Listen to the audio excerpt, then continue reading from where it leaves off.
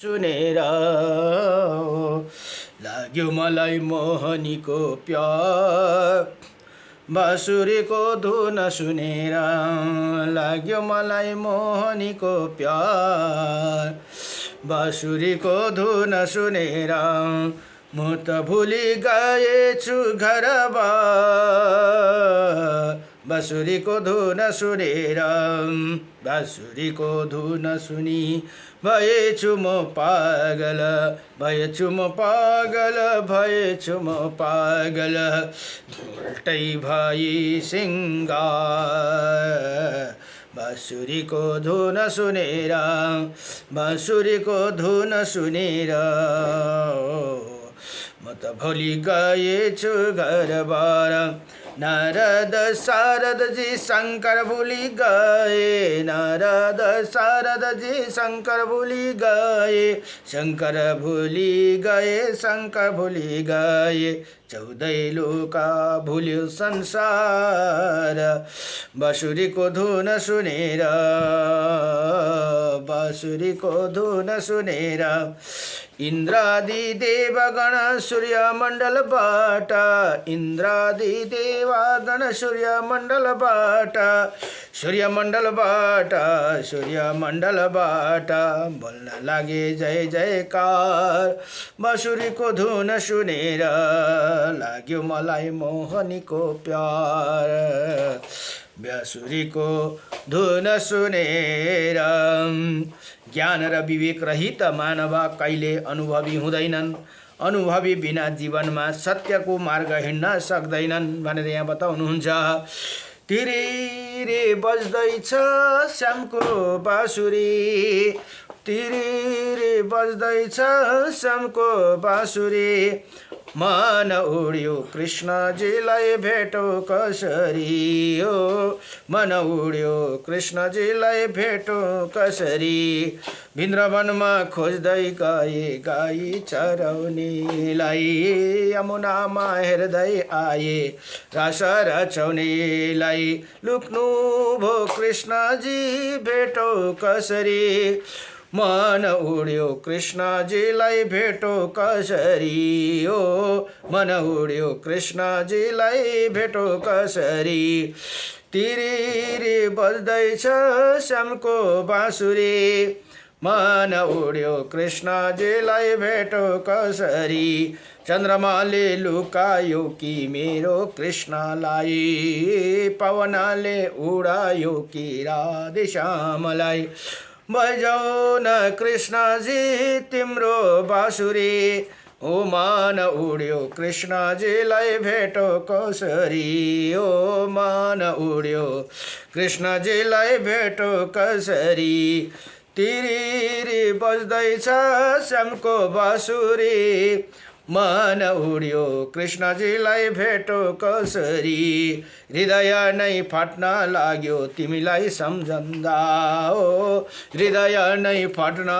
लाग्यो तिमीलाई सम्झँदा दिन बिते रात बिते बेहोस हुँदा हुँदा आऊ न कृष्णजी मनका पुजारी मन उड्यो कृष्णजीलाई भेटो कसरी हो मन उड्यो कृष्णजीलाई भेटो कसरी तिरिरी बज्दैछ श्यामको बाँसुरी मन उड्यो प्रभुजीलाई भेटो कसरी ओम नमो भगवते वासुदेवायम। यहाँ भन्नुहुन्छ जो सत्य बोल्दछ ऊ एक्लै हुने सम्भावना हुन्छ जसले सत्यको मार्गमा हिँड्छ भने ऊ एक्लै हुने सम्भावना हुन्छ। ईश्वरले मनुष्यलाई माता पिता रोज्ने अधिकार दिएनन् तर सत्संग रोज्ने चाहिँ अधिकार दिए। माता पितालाई रोज्ने अधिकार नदिए पनि सङ्गत भनेको चाहिँ रोज्ने अधिकारी दिए भनेर यहाँ अधिकार दिए भनेर यहाँ बताउनु भयो। नमो भगवते वासुदेवायम। र अब श्रीमद् महापुराणको 11 अध्यायमा यहाँ भन्नुहुन्छ सूर्यवंश और चन्द्रवंशका वर्णन तथा इलाका वृत्तान्तका वर्णन भनेर यहाँ बताउनुहुन्छ। अब ऋषिमुनिहरूले सोध्नुहुन्छ फेरि सुतजीलाई तत्वज्ञ हे तत्वज्ञ सुतजी अब आप हमें लोगों का संपूर्ण सूर्यवंश तथा चन्द्रवंश क्रमशः यथावत रूप से वर्णन कीजिए भने अब सूर्यवंशमा भगवान राममा आउनुभयो भने चन्द्रवंशमा भगवान कृष्ण आउनुभएको भनेर यहाँ कथा यसरी सुरु हुन्छ। अब सुतजी भन्नुहुन्छ, हे ऋषि हो, पूर्व कालमै महर्षि काश्यप से अदिति को विश्ववान सूर्य पुत्र में पुत्र के रूप में उत्पन्न हुई थी। सूर्य भगवान कसको पुत्र हुन् त भन्दा काश्यप मुनि र अदिति का पुत्र हुन्। अब ये हुई थी उसकी संज्ञा रागी तथा प्रभा नामकी 3 पत्नियाँ थी भनेर सूर्य भगवान को 3 जना पत्नियाँ थिइन्। को भन्दा संज्ञा रागी तथा प्रभा 3 नाम थी। इनमें रेवती को कन्या रागी ने रेवत नाम का पुत्र को तथा प्रभा ने प्रभात नाम का पुत्र को उत्पन्न किया भनेर यहाँ बताउनुहुन्छ। तथा संज्ञा ने त्वष्टा विश्वकर्मा की पुत्री जो संज्ञा नाम थियो वो तो विश्वकर्मा की पुत्री थी। उसने वैवस्त मनु और यम नाम का जो यम भनेर जो यमराज धर्मराज पनि भनिन्छ यम नाम का पुत्र को उत्पन्न एवं यमुना नदी को माता यमुना र कालिन्दी पनि भनिन्छ है। यमुना नदी ने कालिन्दी चाहिँ भगवान कृष्ण का पत्नी हुनुभएको थियो माता कालिन्दी। यहाँ भन्नुहुन्छ यम र अहिलेको मनु जो अहिलेको जुन मनु छ वैवस्तव मनु यी पनि सूर्यका पुत्र हुन् जुन संज्ञाबाट जन्मेको वैवस्तव मनु तथा यम भनेको धर्मराज पुत्री यमुना नामकी कन्या को उत्पन्न किया भनेर यहाँ बताउनुहुन्छ। इनमें यम और यमुना जुडुवा भनेको उनीहरू यी जोम्लिया हुन् अरे यमराज और यमुना चाहिँ एकैचोटि जन्मिएका जुडुवा पैदा हुई थी। कुछ समय पश्चात जब सुन्दरी तोष्टी संज्ञा विश्ववान के तेजमय रूप को सहन न कर सूर्य भगवान को तेज सहन न सकेर उसने अपने शरीर को अपने ही रूप के समान एक अनिध्य सुंदरी नारी को उत्पन्न किया भनेर यहाँ बताउनुहुन्छ। वही छाया नाम से प्रसिद्ध हुई। आफ्नै स्वरूप जस्तै नामको उनकै बहिनी बनाएर उत्पन्न गर्नुभयो। संज्ञाले उनलाई छाया नाम दिनुभयो। उसी छाया को अपने सामने खड़े देखकर संज्ञा ने उसे कहा, हे बड़ा नानी छाया, तुम हमारे पति देव की सेवा करना, साथ ही मेरे संतानों को माता के समान स्नेह पालन पोषण करना भनेर यसरी वचन दिनुभयो। तब बहुत अच्छा ऐसे ही होगा कहकर सुव्रत पति के सेवा भाव से विवश स्वादन के निकट गए। विश्ववान देव के निकट गए। इधर विश्ववान देव भी ये संज्ञा ही है भनेर अब उनलाई थाहा भएन यो छाया हो भनेर थाहा भएन। सेम टू सेम ए टू जेड संज्ञा जस्तै हुनुहुन्छ। ऐसे समझकर छाया के साथ आदर पूर्वतः व्यवहार करती रही। यथा समय उन्होंने उसके गर्भ से मनु के समान रूप वाले एक पुत्र को उत्पन्न किया। वो वैवस्तव मनु के सावर्णीय रूप रंग वाला होने के कारण सावर्णी नाम से प्रसिद्ध हुए। त्यही सूर्यकै पुत्र है मनु, यता वैवस्तव पनि उसकै पुत्र हुन् भने सावर्णी मनु पनि उनकै पुत्र हुन्, नाम से प्रसिद्ध हुआ। तदुपर्यंत सूर्य ने ये संज्ञा ही है ऐसे मानकर छाया के गर्भ से क्रमशः ऐसे एक शनि नाम, जो शनि देवता हुनुहुन्छ वो शनि नाम का पुत्र तप्ती एवं विशिष्ट नाम की कन्या, 2 कन्या को उत्पत्ति किया। छाया अपने पुत्र मनु के प्रति अन्य संतानों से अधिक स्नेह रखती थी। उनके इसी ही व्यवहार को संज्ञा नंदन मनु तो सहन न कर लेते थे। अब उनले जो अहिलेको वैवस्तव मनुले त सहे अरे, तर परंतु यम एक दिन सहन न होने के कारण क्रुद्ध हो उठे और यमराजले चाहिँ सहन सक्नु भएन। अपने दाहिने पैर उठाकर छाया को मारने की धमकी देने लगे। तब छाया ने यम को श्राप देते हुए कहा, तुम्हारे इस एक पैर को कीड़े काट खाएंगे भनेर यहाँ यसरी अब श्राप दिनुभयो। आफ्नो जुन पुत्र जो सौतेली पुत्र भनौँ न पुत्र को, और इसमें पीव पीवा एवं रुधिर टपकता रहेगा। इसी श्राप से सुनकर अमरस से भरे हुए यम पिता के पास जाकर निवेदन करते हुए बोले, हे देव, क्रुद्ध हुई माता ने मुझे अकारण ही श्राप दे दिया। हे विभो, बाल चपला के कारण मैंने एक बार अपने दाहिने पैर कुछ ऊपर उठा दिया था। इसी तुच्छ अपराध पर भाई मनु के मना करने पर भी उन्होंने मुझे ऐसे श्राप दे दिया। क्योंकि इसने हम पर श्राप द्वारा प्रहार किया है, इसलिए ये हम लोगों की माता नहीं प्रतीत होती भनेर अब यमराजलाई थाहा भयो। अपितु बनवटी माता हे भनेर उनले थाहा पाए। ये सुनकर विश्ववान देव भनेको सूर्य भगवान पुनः यम से कहा, हे महाबुद्धि, मैं क्या करूं? अपने मूर्खता के कारण किसी को दुख नहीं भोगना पड़ता है अथवा जन्मांतर शुभ कर्म परंपरा का फल भोग अनिवार्य है भनेर भगवान सूर्यले पनि यसरी बताउनु भयो। ये नियम तो शिवजी पर भी लागू है, फिर अन्य प्राणियों के तो क्या कहना है भनेर यहाँ बताउनुहुन्छ। अन्य प्राणियों को तो कहना ही क्या है। इसीलिए बेटा मैं तुम्हें ये एक मुर्गा या मुर्गा और मोर दे रहा हूँ, जो पैरों में पड़े हुए कीड़ों को खा जाएंगे और उसमें उसे निकलते हुए मजा पीप एवं खुन की भी दूर कर देगा भनेर यहाँ सूर्य भगवान यसरी बताउनुहुन्छ। पिता द्वारा इसी प्रकार कहे जाने पर माँ यशस्वी यमने मन में विराग उत्पन्न हो गया। वो गोकर्ण तीर्थ में जाकर फल पत्ता और वायु का आहार करते हुए कठोर तपस्या में संलग्न हो गए। इसी प्रकार वो 20,000 वर्षों तक महादेव जी का आराधना करते रहे। कुछ समय पश्चात त्रिशूलधारी महादेव ने उनकी तपस्या से संतुष्टि होकर प्रकट हुए। तब यम ने उसे वर रूप में लोकपाल तत्व पितरों का अधिपत्य और जगत के धर्म अधर्म का निर्णायक पद प्राप्त करने की इच्छा व्यक्त की। हे महादेव जी ने उन्हें सभी वरदान दे दिया। निष्पाप शुनक भनेर यहाँ भन्नुहुन्छ। इसी प्रकार यम को शूलपाणी भगवान शंकर ने लोकपाल तत्व पितरों को अधिपति और धर्म के निर्णायक पद की प्राप्ति हुई। इधर विश्ववान संज्ञा की उसी कर्म चेष्टा को जानकर तोष्टा विश्वकर्मा ने उन्हें निकट गए और क्रुद्ध होकर उन्हें सारा वृत्तांत कह सुनाए। हे द्विजवर, तब तोष्टा ने संतान पूर्वक विश्ववान से कहा, भगवान अंधकार का विनाश करने वाला आपके प्रचंड तेज न सहन करके कारण संज्ञा घोड़ी रूप धारण करके यहाँ मेरे समीप अवश्य आई थी भनेर यहाँ बताउनुहुन्छ। परन्तु हे दिवाकर भनेर आफ्नो जमाईलाई भन्नुहुन्छ।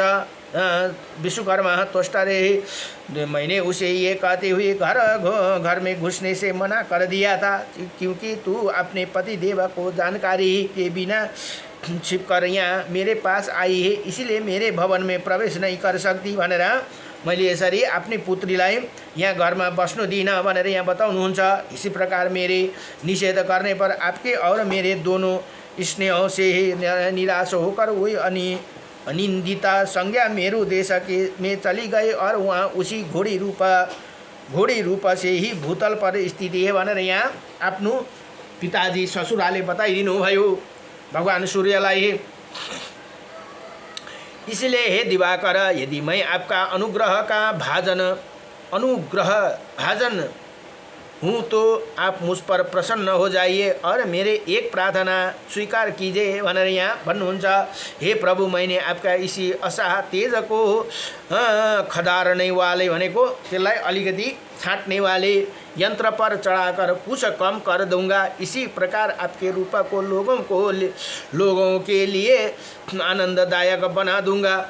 सूर्य द्वारा उनकी प्रार्थना स्वीकार कर लिया जाने पर त्वष्टा ने सूर्य को अपने खराद यंत्र पर बैठा कर और उनके कुछ तेजसो छाट कर अलग कर दिया। उसी छाटे हुए तेज से उन्हें विष्णु के सुदर्शन चक्र, हेर्नुहोस् है, सूर्यकै तेजबाट छाटेको कारण त्यही चिजलाई भगवान विष्णुको सुदर्शन चक्र पनि विश्वकर्माले निर्माण गर्नुभयो। सुदर्शन चक्र भगवान रुद्र के त्रिशूला का और दैत्यों एवं दानव का संहार करने वाला इंद्र के ब्रज का निर्माण किया भनेर यहाँ बताउनुहुन्छ। इसी प्रकार त्वष्टा ने पेड़ों के अतिरिक्त सूर्य के सहस्त्र किरणों वाले रूप को अनुपम सूर्य सौंदर्यशाली बना दिया। उसी समय वो सूर्य के पेड़ों का तेज का देह देखने में समर्थ ना हो सके, इसीलिए वो तेज जो का त्यो बना रह गए भनेर यहाँ बताउनुहुन्छ। अतः अर्चा विग्रह में भी कोई सूर्य के चरणों में निर्माण नहीं करता।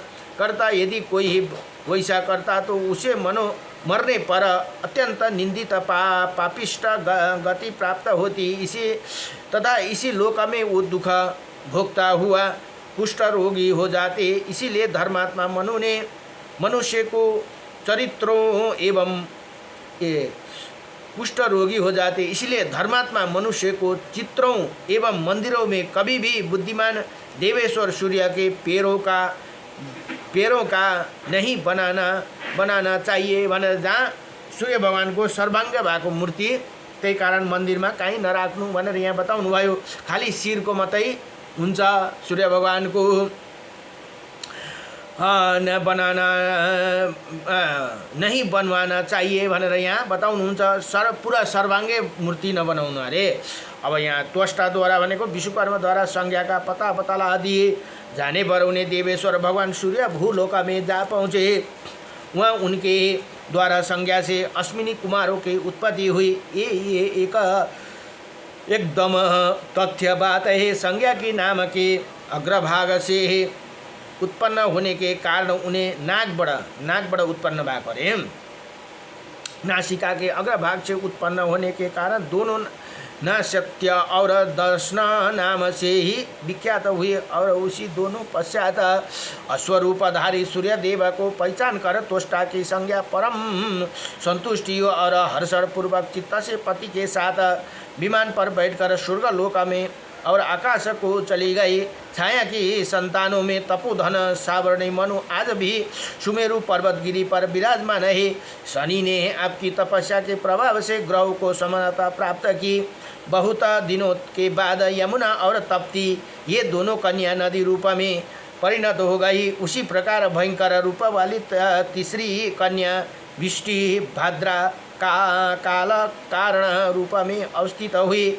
ये वैवस्वत मनु अहिलेको जो वैवस्वत मनु ये 10 महाबली पुत्र उत्पन्न हुए थे। उनमें से इला ज्येष्ठ थे भनेर यो जुन इला भनेर नाम इला भन्ने नाम थियो वो ज्येष्ठ थे जो पुत्रेष्टि यज्ञ के फलस्वरूप पैदा हुए थे भनेर यहाँ बताउनु भयो। अब शेष 9 पुत्र नाम इच्छुकाकु कुशनाभ अरिष्ट धृष्ट नरिष्यन्ति कुरुष श्रयाति प्रीषद और नभाग ये सब के सब महान बल पराक्रम संपन्न एवं दिव्य पुरुष थे। वृद्ध अवस्था आने पर परम धर्मात्मा महाराज मनु अपने ही ज्येष्ठ पुत्र इला को राज्य पर अभिषेक करके स्वयं तपस्या करने के लिए महेंद्र पर्वत के वन में चले गए। तदंतर नए भूपाल इला दिग्विजय करने की इच्छा से इसी पृथ्वी पर विचरण करने लगे। वो भूपाल को पराजित करते हुए सभी द्वीपों में घूम रहे थे। इसी बीच प्रतापी इला घोड़ा दौड़ते हुए शिवजी के उपवन में निकट जा पहुँचे। हेर्नुहोस् है, तो इला भने पहिला पुत्र थे। अब यो शिवजी को उपवन में निकट जा पहुँचे। ये महान उपवन कलमस द्रुम और लताओं से भरा था। सरवण नाम से प्रसिद्ध था। उसी उपवन में चंद्रधर को ललाट में धारण करने वाला देवेश्वर शंभु उमा के साथ क्रिया करते थे। उन्होंने इसी शरण के विषय में पहले ही उमा से कहा था। ये उमा के साथ ये समय शर्त निर्धारित कर दिया था कि तुम्हारे इसी 10 योजन विस्तार वाले वन में जो कोई भी पुरुषवाचक जीव प्रवेश करेगा वो स्त्री तत्व को प्राप्त हो जाएगा भनेर यहाँ पहिले भगवानले यसरी भन्नुभएको थियो। अरे राजा इलाके पहिले इसी समय शर्त विषय में जानकारी नहीं थी। अब त्यो अरूलाई कहाँ याद हुन्छ, दुईजनाले शरत गरेको कुरा। अत वो स्वच्छन्दीय गति से सर बणों में प्रविष्ट हुए। प्रवेश होते ही वो स्त्री तत्व को प्राप्त हो गए। उसी समय वो घोड़ा भी घोड़ी के रूप में परिणत हो गई। इला के शरीर सारा पुरुष तत्व नष्ट हो गया। इसी प्रकार स्त्री रूप हो जाने पर राजा परम विस्मय हुआ भनेर यहाँ बताउनु भयो। अब सर्लक्क पुरुष आदमी गएको, स्त्री भई, त्यहाँ पुग्ने वो नारी इला। अब इला थियो पहिला, यहाँ नारी इला नाम से प्रख्यात हुई। उसका रूप बड़ा सुंदर था। उसके नेत्र कमल दल के समान बड़े बड़े थे। उसकी मुख की कांति पूर्णिमा के चंद्रमा के सुदर्श थी। उसका शरीर हल्का था और नेत्र चकित से दिखी रही थी। उसके बहुमूल्य अन्न और भुजाएं लंबी थी तथा बाल नीले और धुंधुराले। उसके शरीर रहूं सूक्ष्म और दांत अत्यंत मनोहर थे। वही मृदा और गंभीर स्वर से बोलने वाली थी। उसी शरीर का रंग श्याम गौर मित्र था। वैसे हंस और हस्ती की सी चल रही थी। उसी दोनों भवों के धनुष के आकार को सुदर्श थी। वही छोटे एवं तामा के समान लाल नख अंकुर से वशीभूत थी। इसी प्रकार वो सुंदरी नारी उसी वन में भ्रमण करती हुई सोचने लगी कि इसी घोर वन में कौन मेरा पिता अथवा भाई है अथवा कौन मेरी माता है। मैं किसी पति के हाथों में समर्पित की गई हूँ, अर्थात कौन मेरा पति है। इसी भूतल पर मुझे कितने दिनों तक रहना पड़ेगा। इसी प्रकार वो चिंतन कर ही रही थी। इसी बीच में सोमपुत्र, सोम भनेको चंद्रमा का पुत्र बुध ने उसे देख लिया और उसे प्राप्त करने के लिए प्रयत्न करने लगे। अब ये बुधले जुन ग्रह हुनुहुन्छ, बुध ग्रहले उसी समय बुध ने एक विशिष्ट वेश भूषा वाले दंडी का रूप धारण कर लिया। उसे हाथों में कमंडलों और पुस्तक शोभा पा रहे थे। उसने बांस के दंडों में अनेकों पवित्र वस्तु का बांध रखा था। उसी ब्रह्मचारी वेश में लंबी मोटी शिखा धारण करे हुए थे। समाधि पुष्प समिधा पुष्प कुश और जल लिए हुए बटुका के साथ वो वेद पाठ कर रहे थे। अपने ऐसे प्रकट कर रहे थे कि मानो उसी वन में किसी वस्तु की खोज कर रहे हो। इसी प्रकार उन्हें वन में वही भार्ग में वृक्ष समूह के झुरमुटों में बैठकर वो उसी इलाके बुलाने लगे। इलाके निकट आने पर वो अकस्मात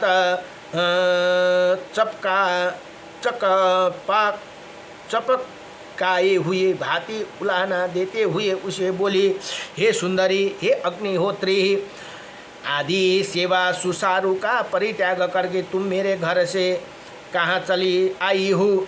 ये सुनकर इला ने कहा, हे तपोधन, मैं आपको पति के और कुल को इन सभी को भूल गई हूँ। अतः निष्पाप आप आपने मेरे कुल का परिचय दीजिए। इला के इस प्रकार पूछने पर बुध ने उसी सुंदरी से कहा, हे वर्णनीय तुम इला हो और ये बहुत सी विद्याओं का ज्ञाता बुध नाम से मैं प्रसिद्ध हूँ। मैं तेजस्वी कुल में उत्पन्न हुआ और मेरे पिता ब्राह्मण के अधिपति है। बुध के इसी कथन पर विश्वास करके इला बुध के उसी भवन में प्रविष्टि हुई जिसमें रत्नों को खंभे लगे थे। उसी तथा जिसका निर्माण दिव्या माया के द्वारा हुआ था। उसी भवन में पहुंचकर इला अपने को कृतार्थ मानने लगी। वही कहने लगी कि कैसे सुंदर चरित्र है, कैसे अद्भुत रूप है, कितना प्रचुर धन है, कैसे उच्चा कुल तथा मेरे पति देव का कैसे अनुपम सौंदर्य है। तदंतर ये इला बुध के साथ बहुत समय तक उसी संपूर्ण भोग सामग्रियों से संपन्न घर में उसी प्रकार सुख से रहने लगी जैसे इंद्र भवन में हो भनेर यहाँ बताउनु भयो। यदि भनेर इसी प्रकार श्रीमत्स्य महापुराण को इला र बुध का संबंध नाम का 11 अध्याय संपूर्ण भयो। नमो भगवते वासुदेवाय, कृष्णाय वासुदेवाय, हरे परमात्मने नमः, प्रणत क्लेशनाशाय गोविन्दाय नमो नमः।